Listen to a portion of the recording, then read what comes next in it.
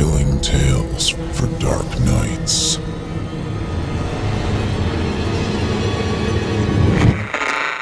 Want to make sure you never miss a Chilling Tales for Dark Nights video again? Be sure to subscribe and hit that bell to turn on notifications.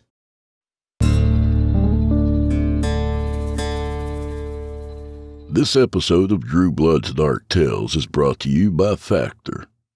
I don't know about you guys, but I hardly have time to prepare meals this summer. Hell, I barely have enough time to eat them. That's why I use Factor, America's #1 ready-to-eat meal delivery service. Eating well is important, but it sure is a pain sometimes. Between shopping, meal prep, and cleaning up afterwards, it's just not feasible for most people. Factor's gone and solved this problem for you.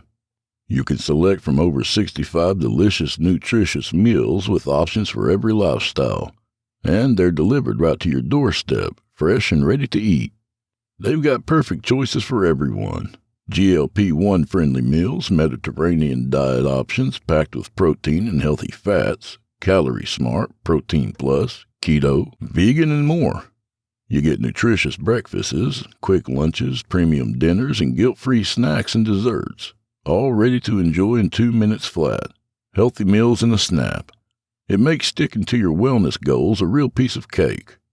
Eat smart at factormeals.com/Drew50off and use code Drew50off to get 50% off your first box, plus free breakfast for 1 year. That's code Drew50off, DREW50OFF at factormeals.com for 50% off your first box plus free breakfast for a year.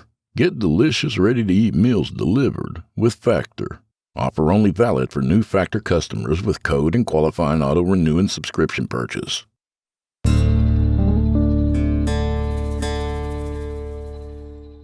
Hey, amigos.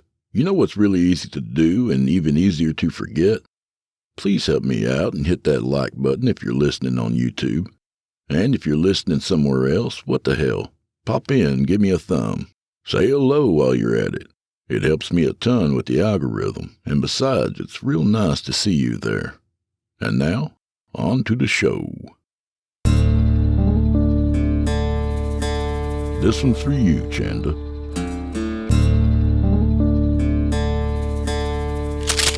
Oh, shit.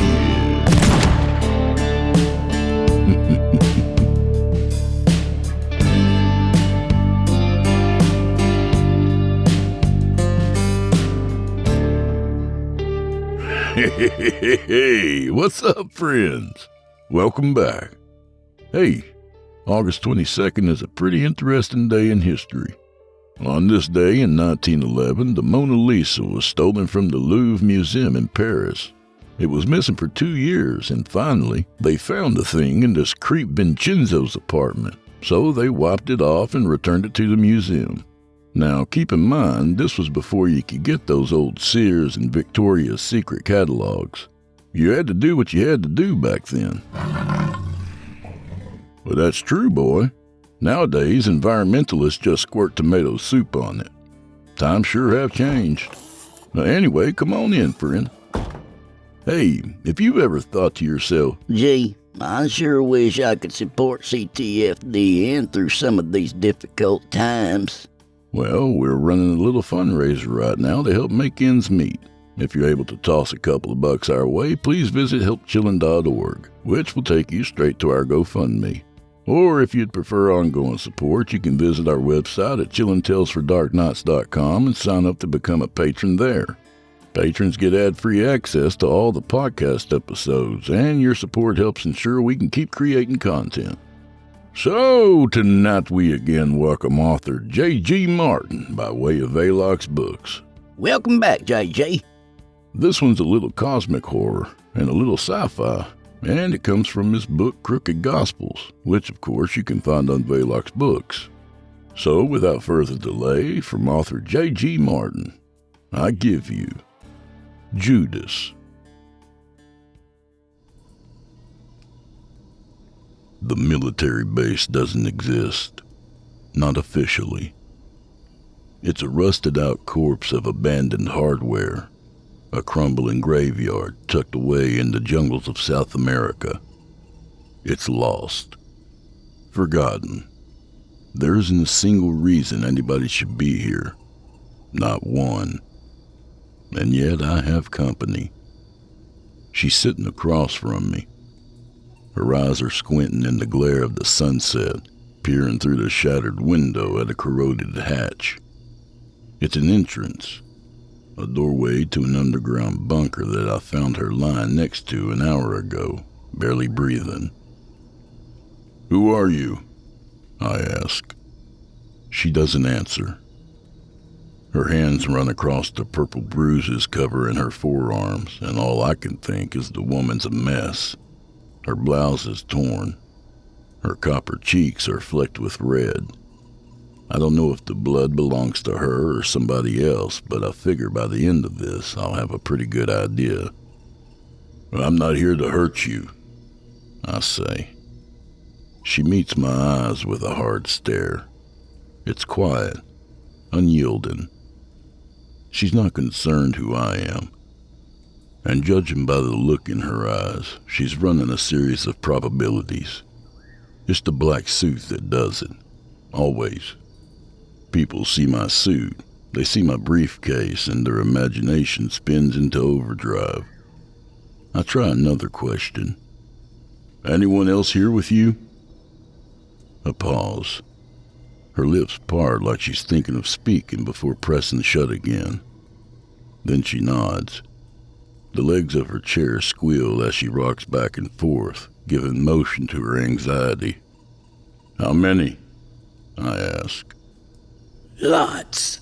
She rasps, voice coarser than sandpaper. They're close.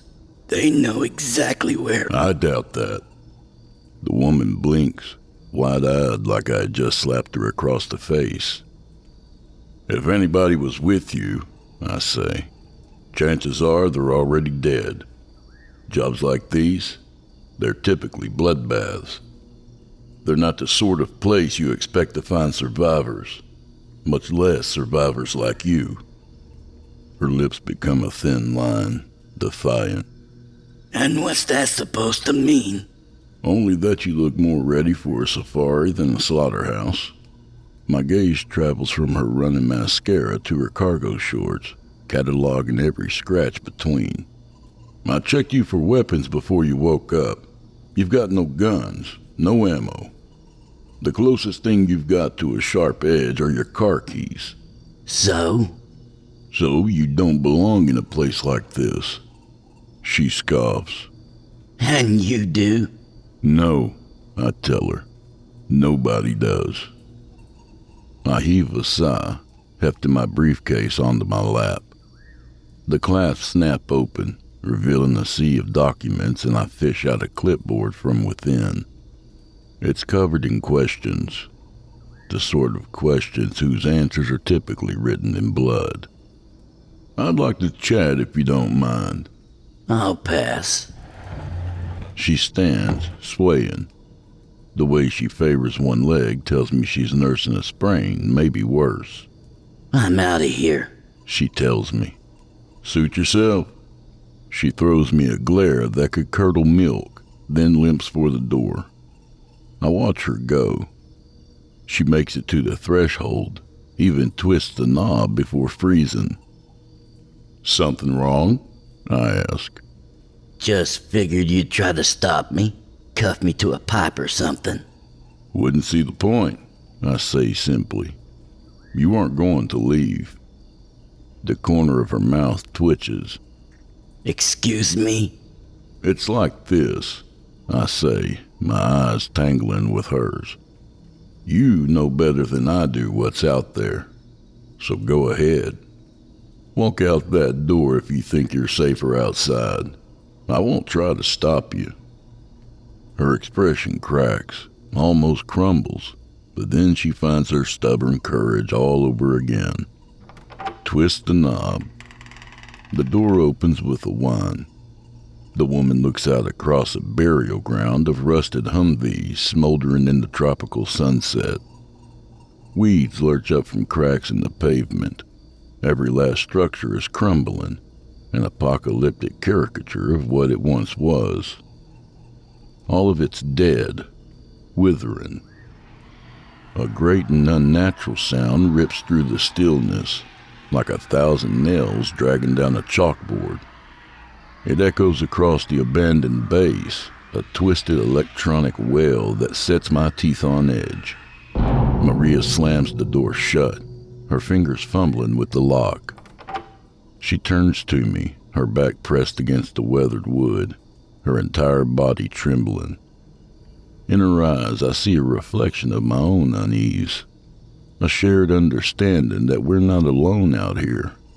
What the fuck is going on here? She demands, her voice trembling. That's the million-dollar question, isn't it? Her eyes narrow, fingernails digging into the wood. I fish my badge out of my jacket and slide it across the floor to her. There you go. Everything you need to know about me. I'm with the facility, investigating a series of disappearances linked to this compound. She studies the badge, eyes darting across the laminate. The facility? We're a shadow contractor, I explain. That means the less people know about us, the easier it is to do our work. She stalks back to her chair, eyes narrowed. And what is that work? Events. That's supposed to mean something? Not to you. Point is, I'm the one you call when the things that go bump in the night actually do. Think monsters, entities. My job is to hunt these things, capture them if I can. Laughter touches her lips. You expect me to believe that? I don't expect you to believe anything. You asked a question and I answered it. That's typically how conversations go. All I ask is you return the favor. Now, you saw something in that bunker, and I'd like to know what it was. Her eyes dart to the shattered window, to the corroded hatch rising from the dirt. Who says I was even in the bunker? You do, I tell her simply, pulling out a pack of smokes. It's written on your bruises, your cuts. I see it in the way you keep stealing glances toward the entrance, with the sort of haunted look that only somebody like me could understand. Somebody like you? She says quietly. I nod, slipping a cigarette between my lips. I killed my father, I tell her, pocketing my lighter and sucking back a lungful of nicotine. Happened when I was 7 years old. A shadow woke me up. Some tall man with 2 faces and no eyes. Asked me what my favorite nightmare was. Her gaze turned stony. I keep talking. Being the stupid shit of a kid I was, I screamed. Top of my lungs, I screamed. And you know who came running in without a second's hesitation? I feel something well up in my throat, and I press the cigarette firmer to my lips. Inhale harder. Blow out a dark plume. My dear old dad. He came charging in, and I scrambled my ass right under that bed. Cowering, trembling. The woman leans forward, expression painted with sympathy. I watched the tall man lift my dad up to the ceiling, I say, trying to keep my voice even. It turned to me and smiled, saying, I've got just a nightmare for you, kiddo. And do you know what it did? She shakes her head slowly, like she's dreading the answer. It tore my dad in 2, I tell her. Right down the middle, like he was made of paper fucking mache. I burned the cigarette down to the filter. Then I keep going until I feel my lungs catch fire. Truth be told, I hate this story. I hate it more than anything else in the entire world, and if I had it my way, I'd bury it and never think of it again. But in moments like these, it's the most valuable history I own. Even now, it's working its black magic.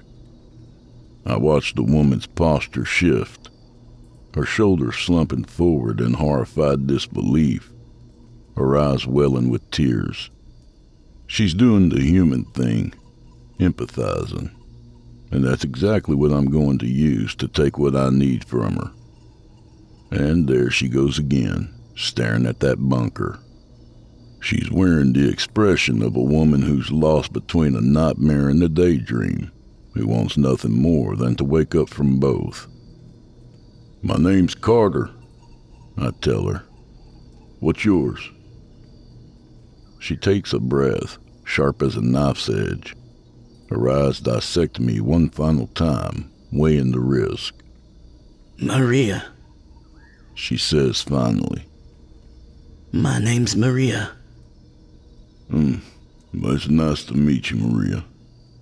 I'm gonna have to insist that you tell me what you saw in that bunker. It's important.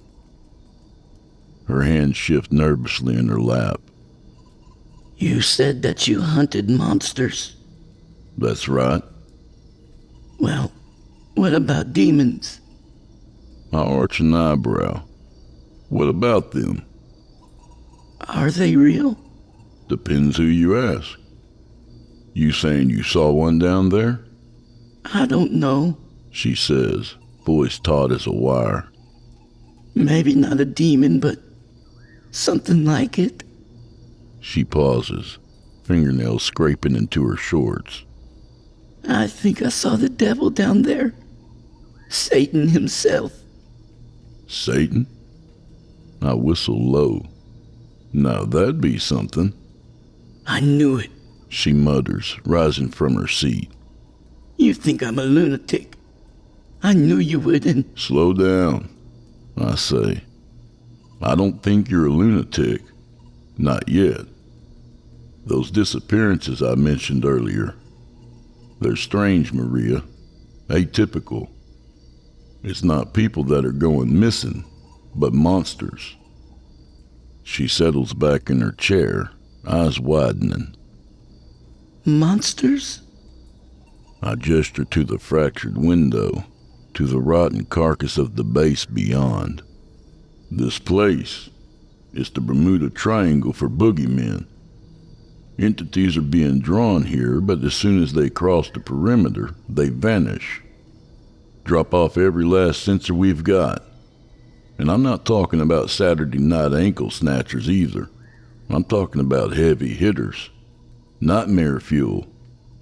The kind of monsters that we can't destroy, much less contain. She shrinks in her seat. And you think all that's connected to what I saw? Maybe, maybe not. Won't know till I get the full picture. She swallows hard. Get me out of this hellhole and I'll tell you whatever you want. Unfortunately, I say, even a sigh, that's not possible. We've got to do this here and now, preferably before sundown. Why? She demands. I take a moment to think hard about how much I want to traumatize the woman. A little, certainly. Some fear is always good. It's motivating, energizing. But too much of it and you get panic. And panic is messy. Panic is unpredictable. Here's the thing, I begin, choosing my words with care. Entities, monsters. These things have common characteristics, Maria. One being that they're more active at nightfall. The other is that they have a habit of imprinting themselves on individuals, tracking them, marking them. You're saying that I've been marked? That it's going to come back for me?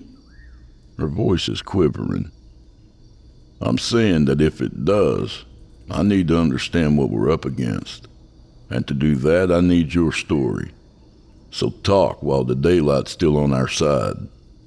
She rakes a hand through her hair, frantic. Let me think. It started a couple of weeks back, I guess. A reader sent in a tip about this place. Slow down. A reader? Right. Sorry. I'm a journalist for an online paper. We chase tips, usually political dirt. But this one, it was different. Your tipster have a name? Arlo. Last name? She shakes her head. Didn't give one. Good enough. I scratch it onto the page. Arlo claims he'd been hearing screams. She continues, words tumbling out. His whole village had, echoing from the jungle. Military convoys were sneaking through at night, their headlights off. All heading up some forgotten road. Arlo knew where it led, though. Up to an old base. One with a history of experiments. I look up from my clipboard. Experiments? Human ones. She croaks. Genetic horrors. DNA splicing. A grab bag of the most unethical shit you can imagine. And how'd Arlo get read into something like that? He worked there. She explains. Years ago, during the Cold War. My pen scratches at my clipboard. Pages crinkling as I fill in a dozen different fields. The nearest village is 12 miles out, I say. How'd Arlo hear screams from this base? That's the thing. Her voice drops thick with unease. The screams weren't coming from the base, but the jungle itself. Arlo said they sounded just like they did in the old days. The screams, I mean. Guttural. Inhuman. The kind of sounds only mutilated throats could make.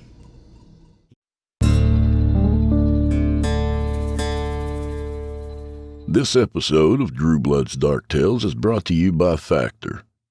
Sticking to wellness goals means eating healthy, we all know that.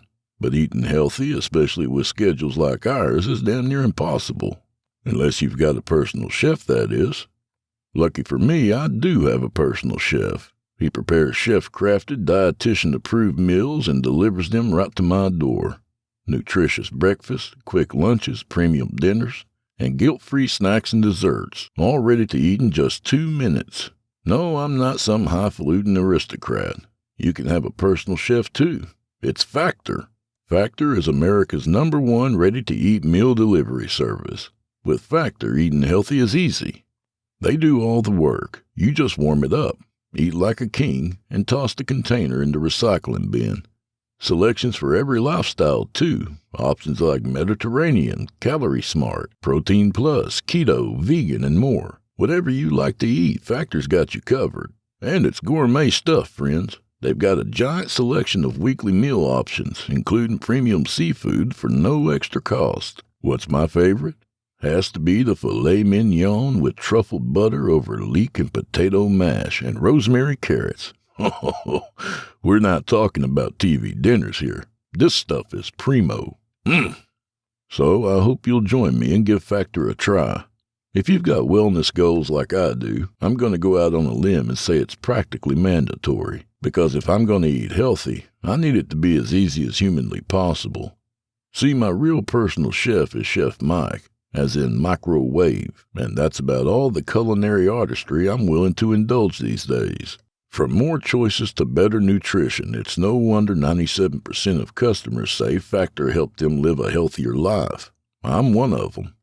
So eat smart at factormeals.com/Drew50off and use code Drew50off to get 50% off your first box plus free breakfast for 1 year. That's code Drew50off, DREW50OFF at factormeals.com for 50% off your first box plus free breakfast for 1 year. Get delicious, ready-to-eat meals delivered with Factor.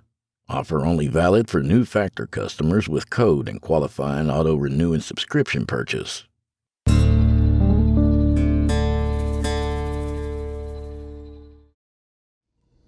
He claimed they were test subjects set loose in the wild. Set loose? The pen nearly slips from my fingers. Guess so. He said they'd released the guinea pigs, then sent out the more advanced models to hunt them down. For what purpose? Food, She says, her voice as cold as a mortuary slab. I gnaw on my pen, tasting plastic in dread. Tell me more about Arlo. How old was he? 70, maybe. She wrinkles her nose. He was fit, but weathered. Weathered how? Like life had put him through the ringer. Leathery skin, half his teeth gone. His hair was a tangled mess. And I'm pretty sure I saw lice crawling in his beard. She shudders. And his eyes. God, his eyes. Describe them. Well, they were pale. Paler than the moon. And they'd pulse. Swear to God. They'd bulge out of his skull like they were trying to escape. It was freakish. Cataracts. Not altogether uncommon for a man of Arlo's age. And that hatch? I mutter, nodding toward the bunker's rusted maw. I'm guessing that's how you and Arlo got inside? A nod. Walk me through it. What's down there? Maria's brow furrows, eyes unfocusing as she dredges up the memory. It was narrow. Like this metal throat descending into darkness that seemed to stretch forever. Arlo said we'd find what we needed below. Evidence to blow the whole conspiracy wide open. What condition was the bunker in? Arlo made it sound operational. Not even close, She says, shaking her head. It was a tomb. Looked like it had been abandoned since the 70s. Moss crept up the walls and the ladder rattled with every step we took. The whole place was a death trap. Every time I put my foot down, I half expected the rung to snap. I kept scribbling, lost in my thoughts. One would think Arlo would clue in that the bunker wasn't fit for operation. But then Arlo's description doesn't strike me as a man altogether there. Add the pale eyes, a borderline feral demeanor, and I can't help but wonder if Arlo wasn't so much an employee of the program as he was a product of it. Maria continues, pulling me back into her story. 50 feet down, we hit the catwalks. Dozens of them. They sprawled out from the ladder like a metal spider web, each leading to a different level, a different entrance. She pauses, a tremor running through her. When she speaks again, her words are barely audible. The entrances were welded shut, Carter. Every last one. It's like they were desperate to keep something in. Something they couldn't risk getting out. Then how'd you get inside? I ask. We found an entrance that was different. It sat at the bottom of the ladder, half drowned in rainwater.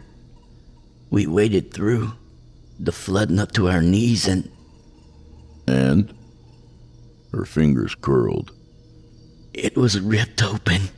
She breathes. The entrance was torn apart, like something had clawed its way out, peeled the steel back like it was tinfoil. We're talking inches of hardened metal here, enough to shrug off a nuclear blast. I mean, Christ, what could do something like that? For the first time, real fear slithers through my veins. It's cold, insidious. If what she's describing is true, then there are 2, maybe 3 entities with that capability, all of which are impossibly violent. Official protocol is to avoid contact at all costs. If contact is made, then policy dictates the elimination of all witnesses to ensure the preservation of social order. I look at Maria, really look at her. Bruised, bloodied, cradling what's likely a fractured arm. She's already been through hell. I wonder if I'll have the stomach to put her out of her misery if it comes to it. The door, I say, fighting to keep my voice steady. Arlo worked there. What did he make of the damage to it? She gives a bitter snort. Said it was explosives. He claimed the military blasted their way in a few months back to reboot their little science fair, but that was bullshit. The door was warped outward, not in, and there wasn't a hint of blast damage anywhere. I called him on it. Of course I did. But Arlo just changed the subject. Asked if I had any skeletons in my closet. Asked me if I'd ever hurt people, or considered it, and... My pen pauses on the page. Hold on. He asked if you had hurt people? Why? I don't know, She says. Arlo had demons in his past, given his work at the base. I figured maybe he was looking to start a conversation, hoping we could forgive each other for our sins, sort of thing. She shakes her head. It doesn't matter. He dropped the subject pretty quick once he realized I didn't bring anything for show and tell. I see, I murmur. I'm guessing he led you through that mangled entrance then? Maria nods. The passage beyond it was pitch black. We sloshed through endless corridors, our headlamps throwing twisted shadows on the walls. It felt wrong, though. Even then, it was like we weren't alone down there, like something was watching us from the gloom. My skin prickles. Did it still seem abandoned at that point? Non-operational? Definitely, She says. the whole place was a time capsule. The rooms were full of ancient magazines, peeling posters, and little relics that had to be half a century old. Some floated past us in the water, others sat on moldy tables. I fished through some filing cabinets and found old lockets, even a few wedding rings, alongside piles of classified documents. Her teeth find the lip, a distant look in her eyes. It seemed strange, you know, that they'd just leave all of that stuff behind. Yes, I think, unless they needed to get out in a hurry. Was the whole bunker flooded? No. Before long, we climbed out of the water into a new chamber. This one was dry, but A violent shiver racks her frame. claustrophobic. Narrow. All along the concrete walls were dark streaks of paint. The air was musty, rancid. And when we turned the corner, She stops, her face draining of color. A beat passes. Her voice, when she finds it again, is hoarse. something crunched under my foot. She tells me. Bones. Piles of them. A foot deep or more. It looked like they had died clawing over each other, desperate to escape something. That's when I realized the streaks along the walls weren't paint. They were blood, old and browned. My heart pounds. Could this be evidence of Arlo's claims? Were the bones mutated at all? Maria offers a slow nod. Some worse than others. One skull looked human, maybe, but its jaw was elongated, almost like a horse. A single twisted horn curved out of its forehead. Another was flat, square. It looked like somebody had rolled a person's head under a tractor, but it had dozens of eye sockets, multiple mouths. Maria gags. Looks like she might be sick from the memory. And I'm feeling a little queasy myself, but for an entirely different reason. Outside, we're losing daylight. Night is fast approaching, and I'm worried it might be bringing something that I'm not yet ready to deal with. Something violent. Deadly. And Arlo? I croak, choking down my dread. What did he say after showing you that evidence? He asked me how it made me feel. I blink. How it made you feel? Maria sucks back a breath, her voice beginning to shake. Yeah, he picked one up. Another skull. But where the mouth should have been were these mandibles, like a wasp or an ant. She pauses, twisting with discomfort. Arlo's eyes, they bulged, glowed in the dark, I swear to Christ. Then he shoved the skull in my face, asked me how it made me feel. Her voice plummets. He pressed me against the wall hard. His breath smelled like rot, decay. Then he started rubbing the skull against my cheeks, panting like an animal. And I freaked out, shoved him backwards. He came back at me, so I took a swing at him. Caught him right across the jaw and he dropped, spitting out a mouthful of blood. I narrow my eyes. Did he get the message?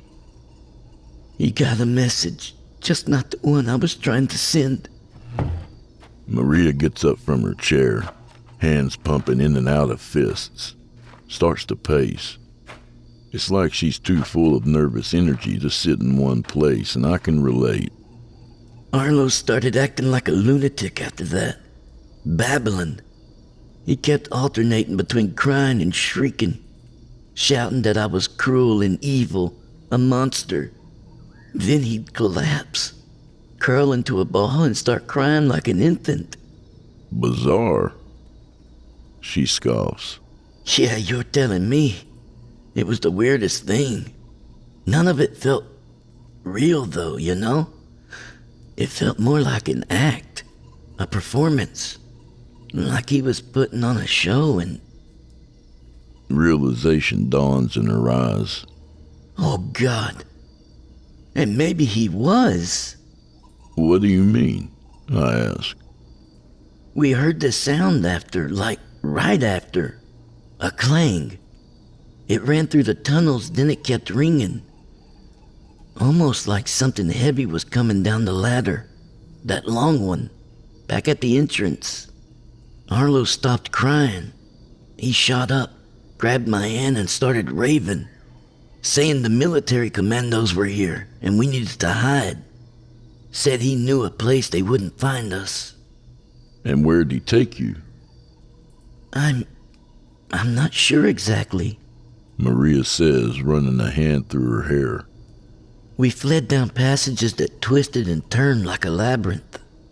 At that point, I had no idea where we were. No idea how to find my way back. He was my lifeline, my only shot. But the whole time... She shivers. I heard something rumbling in the dark. Something? I echo. It wasn't the commandos. She tells me. It wasn't even alive. It sounded artificial, electronic, like feedback from a microphone, 1,000 times worse. It was just like the howl we heard earlier when... When you opened the door, I say, my jaw tensing. I glance down at my clipboard, mind whirring. That howl. The honest truth is, I've never heard anything like it, not in my entire career. It doesn't match a single entity in the facility's database. It's a genuine anomaly, an unknown quantity that worries me more than... My pen cracks in my grip. Christ, am I actually scared? Is everything okay, Carter? Maria. I look up and she's staring at me with doe-eyed concern. Her auburn hair plastered to her forehead with sweat and blood. You kinda zoned out there for a second and... I'm fine. I lie, loosening my tie with a shuddering breath. Just having some trouble acclimating to the heat, I think. It'll pass, I'm sure. Please, continue your story. She studies me for a moment, gives me the sort of look you give a kid that just had a nightmare, then pushes on. Arlo and I ran, She says. He brought me to a room that made the last corridor smell like a rose garden. It was wide, shaped like a pentagon, Machine gun barrels poked out from slots in the concrete walls. Written between them were the words. Her voice trails off. Maria tries to finish her thought, but it comes out as a sob. She drops her face into her hands and tears come out like a torrent, messy and loud.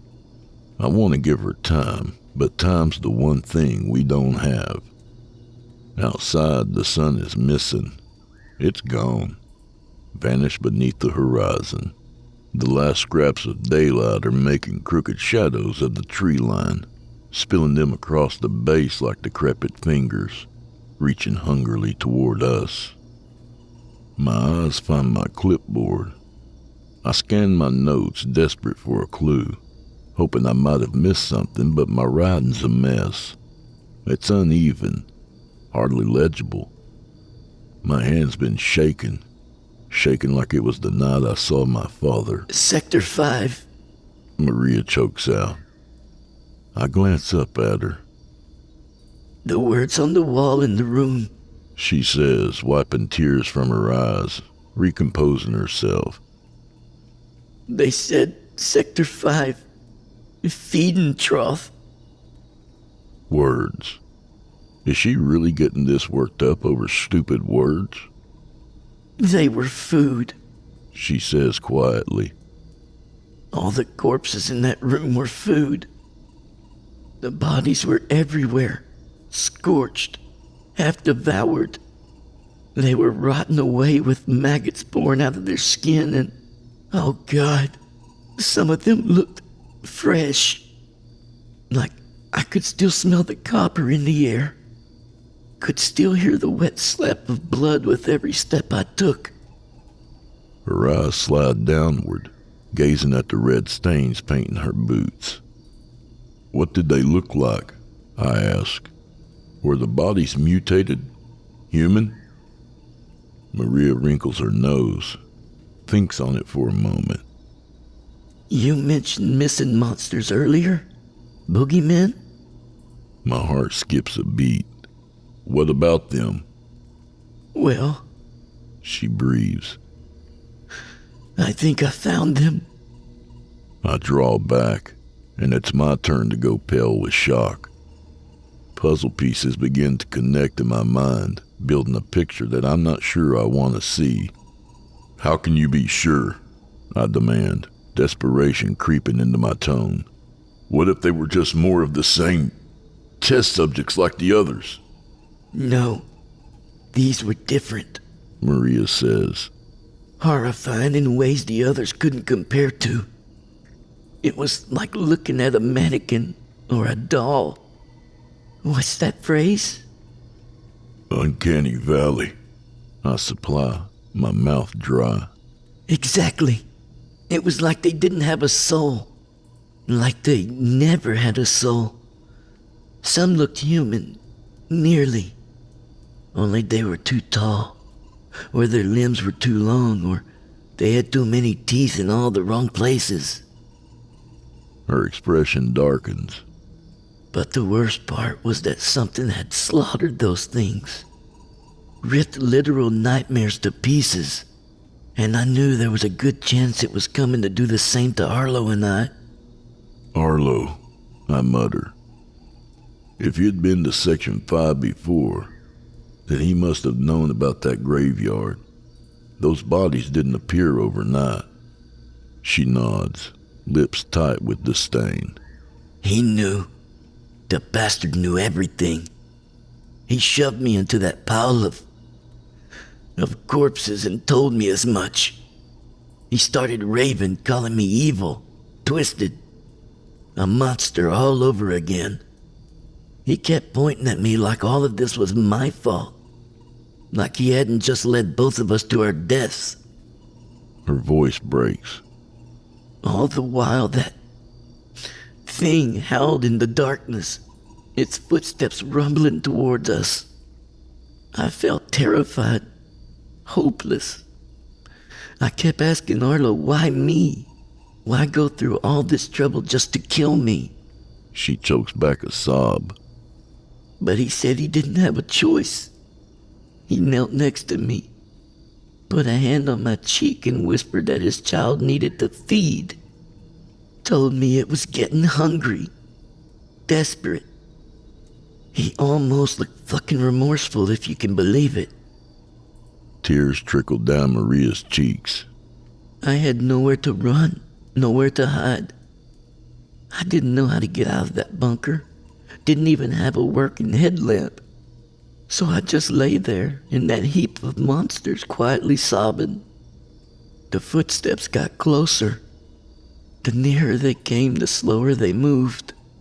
It was like that creature knew I was trapped, like it had done this before, and knew it could take its time. Did you see it? I press, pen poised against the clipboard. She cradles herself in her arms, shivers. Yes. It was tall, nothing but a flickering shadow. And it pulsed, vibrated. The way it moved was jerky, haphazard, almost like it had one foot in our reality, glitching in and out of existence.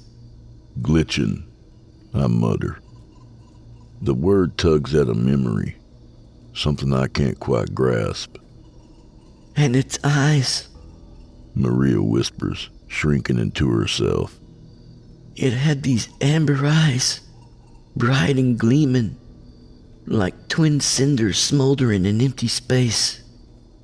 It felt like they were piercing me, like its eyes were digging through my skin and looking into my mind, my soul.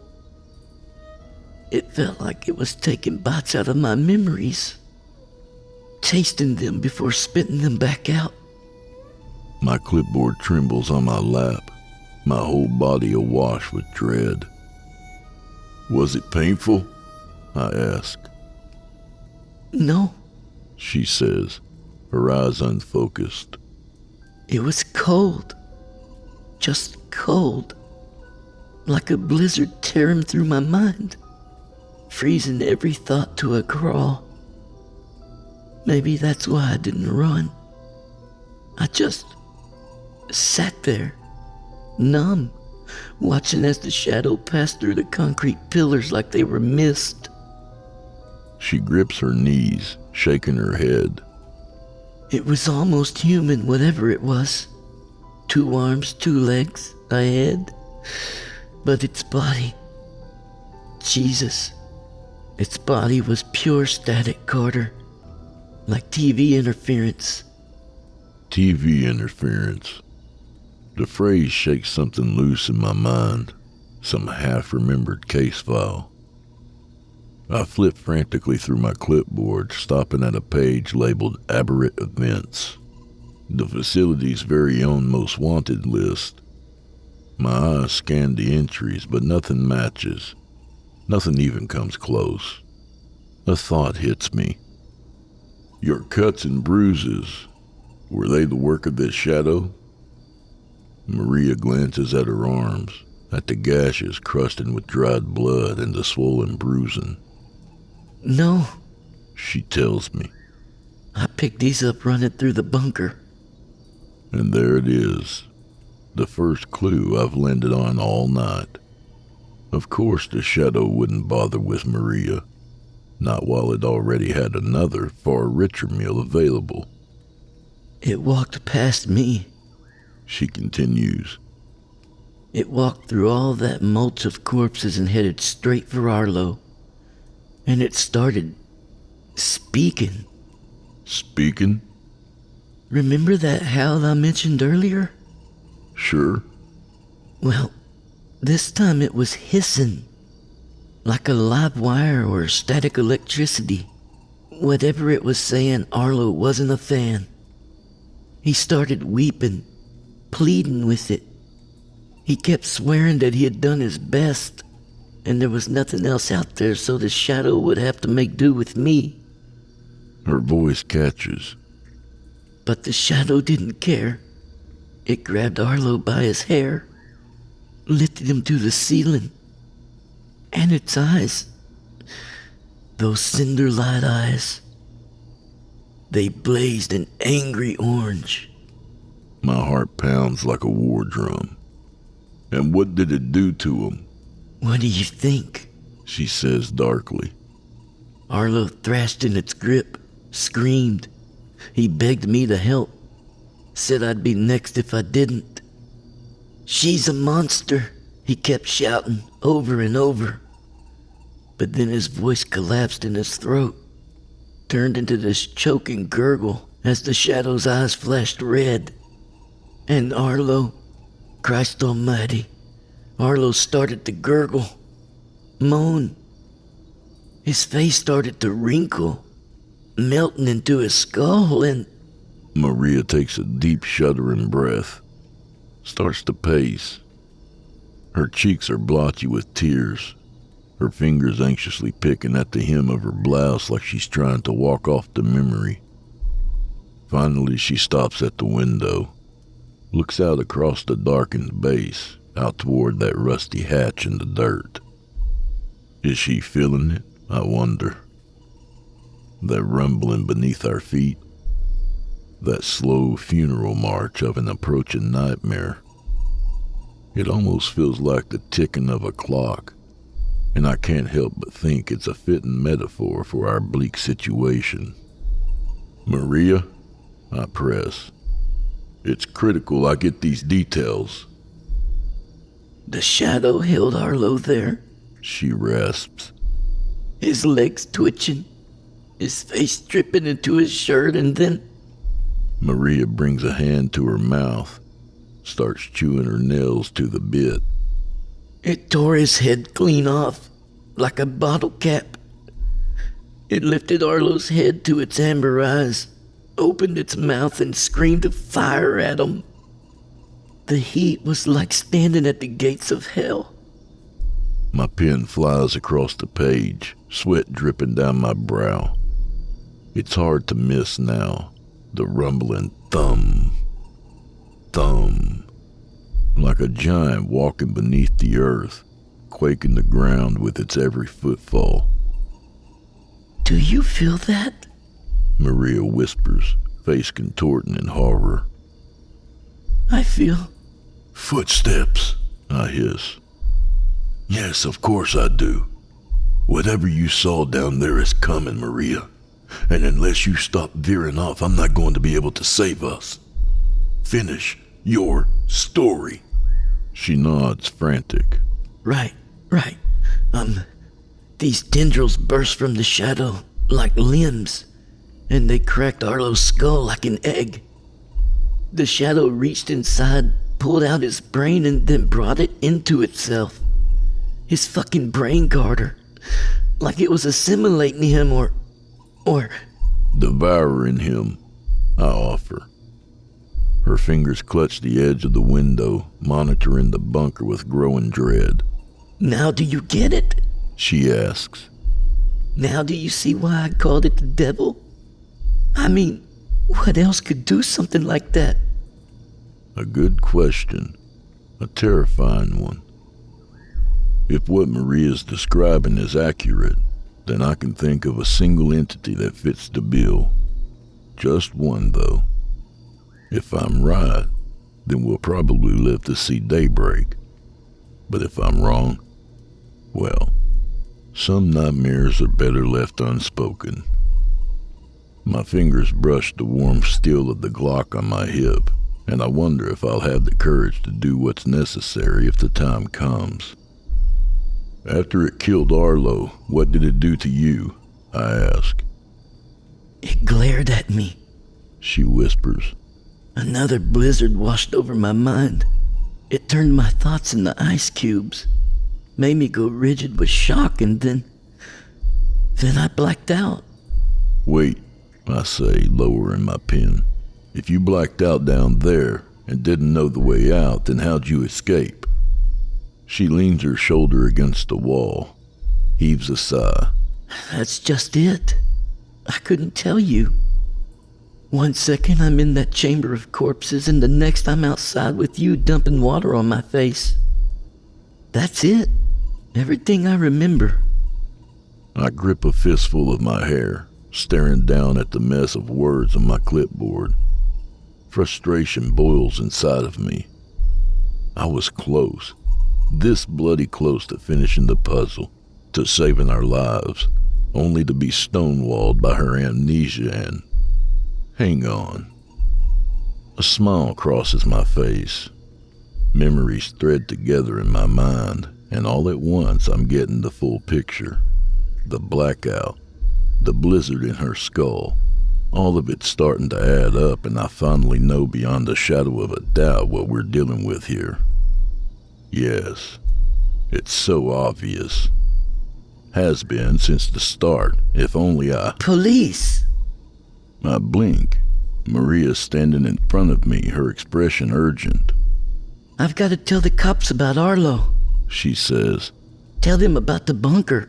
There could still be others down there. Victims. Maybe some still alive. We need to form search parties and... We're not talking to the police, I tell her flatly. And I wouldn't worry about the victims either. She gapes at me, stunned. I don't understand. It's simple, I say, rising from my seat. The cops won't have any record of Arlo. Sure, you can tell them what you saw down there, but they'll likely put a bullet in your head for your trouble. I fish out my lighter, flick the wheel. A flame dances to life. Arlo doesn't exist, Maria. Neither does this base. Neither do you. I touch the flame to my clipboard, and the paper catches, curling with smoldering hunger. The hell are you doing? Maria exclaims. Saving your life. I drop the clipboard with a clatter. It pops and cracks as the flames eat her story, one word at a time. But you said you believed me. And I do, I tell her. That's the whole problem. An hour ago, I was still in the dark on this whole thing, but the more you talked, the clearer it became. You and Arlo stumbled onto something real here, Maria. A genuine conspiracy. A real cover-up. Then the people need to know. They do, I confess. And they will eventually. But not from you and not from my report either. She shakes her head.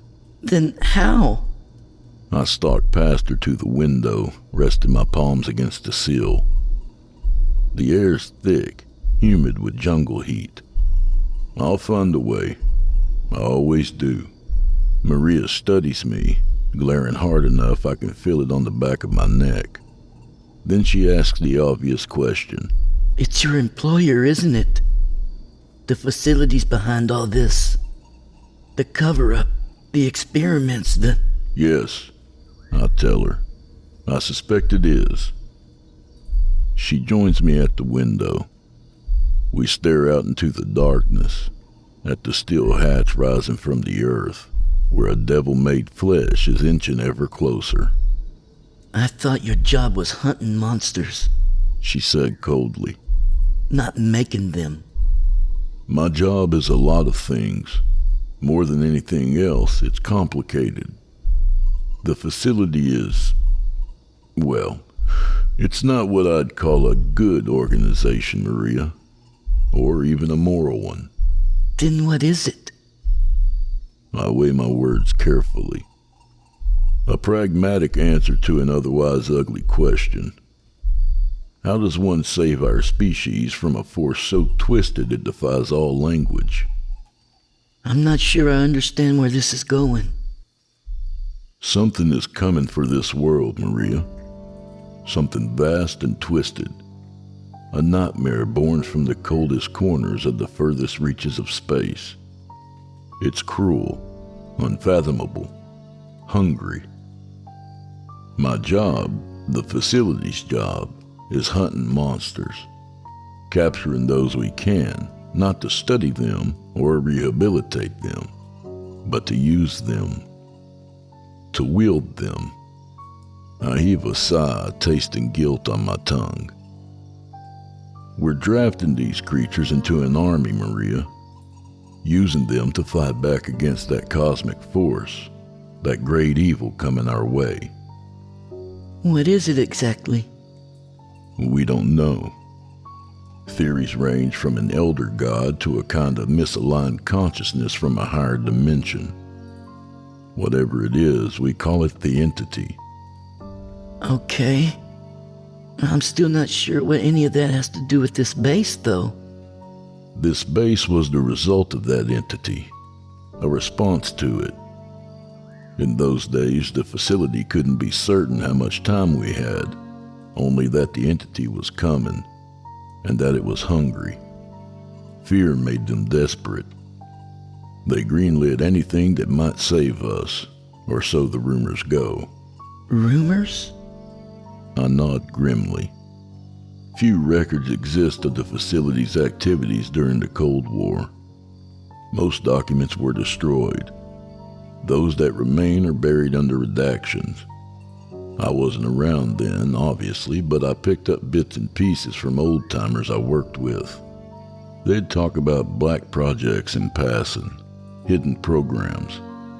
One project was infamous, so much so that even now, half a century later, the facility hasn't entirely snuffed out its legend. She stares at me, her expression unreadable in the gloom. What project? Judas, I say, the word heavy on my tongue. Project Judas was helmed by a biochemist, a brilliant man named Arlegan Screech.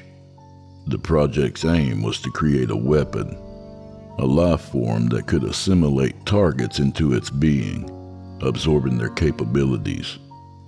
Such a function would provide it with near limitless potential. The problem was, steel rattles. It's coming from out there, at the bunker. There's a groan of warping metal, like the rungs of a ladder slumping beneath the weight of something titanic. And I know that the devil is climbing out of hell. It's here. Maria whimpers, gripping my arm. She pulls at me, but I'm rooted in place. My eyes are focused, locked on the bunker hatch bathed in moonlight. There's a whine of hinges, a snap of bolts. The hatch swings open with a dull clang, and Maria stumbles backwards in stammering horror. I watch, full of morbid wonder, as a dark shape lurches out from below. It buzzes, crackles like living static. Cinders glow in its face, twin eyes in a void of nothing. The shadow twists as if scanning the base, emitting a low digital hum. Oh my God. Maria cries. This can't be. Not again. The creature sees us. It sees me. It takes a shambling step, kicking up dust, and its eyes flare, blazing with the threat of annihilation. Maria keeps pleading, keeps begging me to run, but I hardly notice she's there. This monster, this is why I've come here tonight. I know it is. The shadow takes another step. Its eyes burn brighter, hotter as crimson lashes from their edges like tears of lava. And all at once I feel what Maria described. I feel it pouring into my mind like ice water. I feel it rifling through my thoughts, chewing up my memories and spitting them back out. But I don't resist it. Instead, I breathe deep and invite it deeper within. Go ahead, I think. Have your fill. And like a passing breeze, the cold soon begins to fade. The shadow holds my gaze, its eyes dim into embers once more. Satisfied, it looks skyward. Its body begins to flicker, glowing with cathode radiance. And then 6 wings burst from its back in a shower of obsidian static. How are you going to kill that thing? Maria hisses. I'm not, I tell her. The shadow belts one final distorted cry before launching into the air like a streak of midnight. 3 wing beats, and it vanishes beyond the clouds. No, She mutters, staring at the empty sky. you let it escape. Are you insane? It's gonna cause a massacre out there. Yes, I say. I certainly hope so. She rounds on me, fury and confusion warring in her eyes. But you said you hunted these things. What gives? Are you just lousy at your job or what? Project Judas had a directive, I say calmly. A specific one.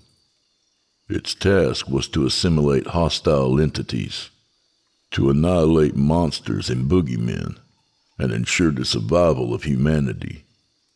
Simply put, it was never made to hurt people like you and me. And after everything you've told me, I'm not convinced it even can. She gapes at me. Were you even listening? I found a fucking graveyard down there, Carter. It burned Arlo's skull into a crisp, cracked it open and ate his brains. I don't care what it was designed for. I watched it kill a person right in front of me. Did you? I pick up my briefcase, giving my ashen clipboard a final farewell glance. From everything you described, I question whether Arlo was a man at all by the time you crossed paths.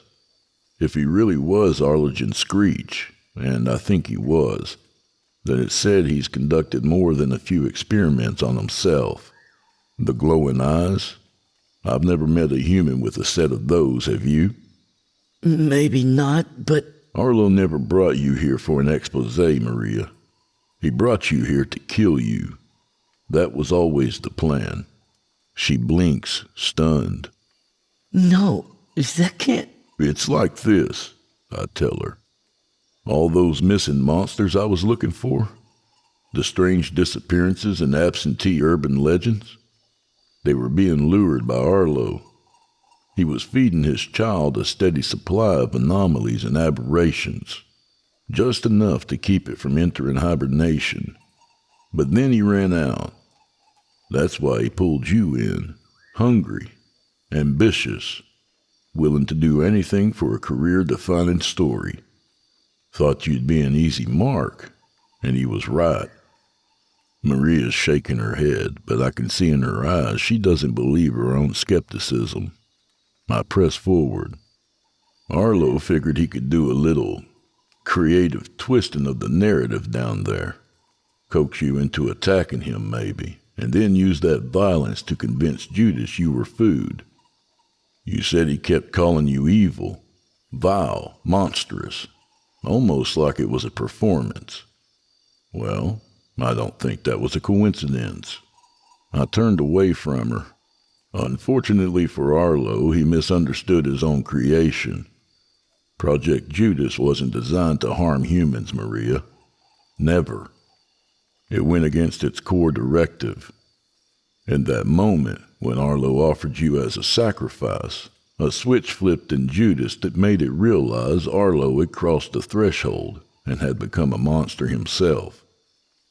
She's quiet. It's a lot to throw at somebody, so I let her have some time with her thoughts as we make our way to the door. I twist the knob. It opens with a rusty whine, and this time Maria doesn't go rigid with fear, doesn't start to tremor with anxiety. You really think Arlo was that Screech guy? She murmurs. I shrug. Hard to say. It's not as if he's got any dental records left to check. But based on what you've told me tonight, I'm inclined to think so. Seems like Screech couldn't let his project go. We carve a path toward my SUV, gleaming back against the backdrop of ancient Humvees. I don't get it. Maria says, circling around to the passenger door. If Judas is as good as you say, then why'd the facility lock it up down there? Because there was a whole lot more than Judas in that bunker, wasn't there? You mentioned legions of bones, mutated creatures. I heave a sigh, cracking the door and clambering into the driver's seat.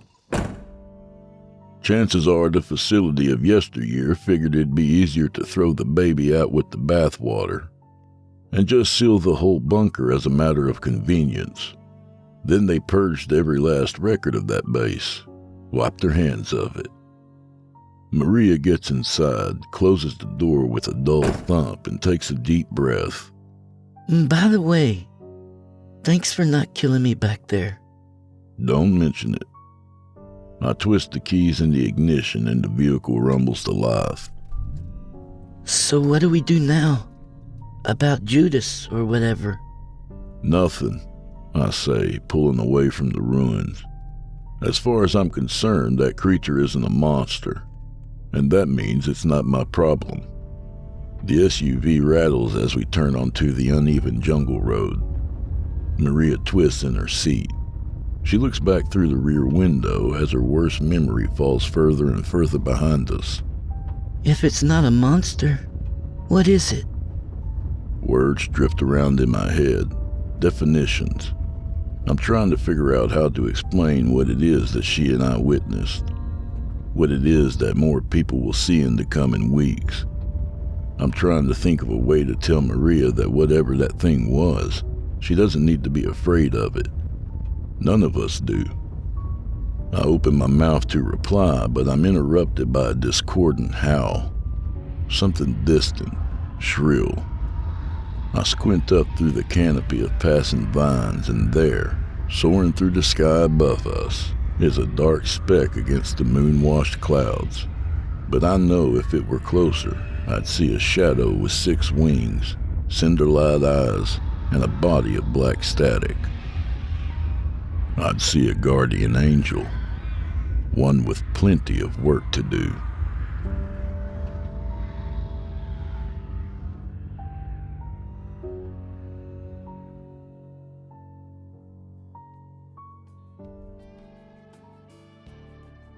And that was Judas by J.G. Martin. A good reminder that not all monsters are so bad, as long as they're on your side anyway. A little about the author. J.G. Martin writes about monsters and the things they get up to when we ain't looking. He currently resides in British Columbia with his cat Opie and dreams of someday owning a secret lair behind the bookshelf. Good luck with that one. This one's from his book Crooked Gospels, which you can find at veloxbooks.com and on audible.com. Thanks, JG. And do old Drew Blood a favor, would you? Subscribe to his podcast wherever you do your listening and leave him a 5-star review and a kind word, even if you're listening on YouTube. He needs soldiers on all fronts to win this battle, and he appreciates it. To hear a premium ad-free edition of tonight's and all the other episodes, visit simplyscarypodcast.com today and click Patrons in the upper menu. You'll find yourself at chillingtalesfordarknights.com, where you can become a patron for as little as $5 per month and get access to their entire audio archive, all ad-free and available to download or stream. Thank you for your time and for supporting our sponsors. When you support our sponsors, you support this show. If you happen to use Facebook, Twitter, Instagram, or YouTube, you can follow and subscribe to Chillin' Tales for Dark Nights there, where you'll get all the latest updates and new releases and have the chance to interact with them each and every week. Oh, and you can find Drew Blood on Facebook and Instagram, and sometimes Twitter. The Drew Blood's Dark Tales podcast is accepting submissions, friend. If you've got a story or two you'd like to be featured on the show, send it to drewbloodhorror@gmail.com. If selected, you'll get the full treatment, 10 bananas.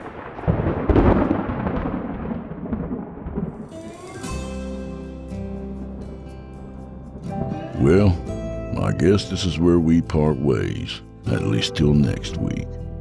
I'd like to shout out our friend Larry, who's preparing for a certain competition you may or may not be expecting. Good luck, Larry, and thanks for all the support. So grab a drink for the road, friend, and may the wind be at your back. May the road rise up to meet you. I'll see you all next week, and as always, go fuck yourselves. 4 years later and it's still funny. Good night, y'all.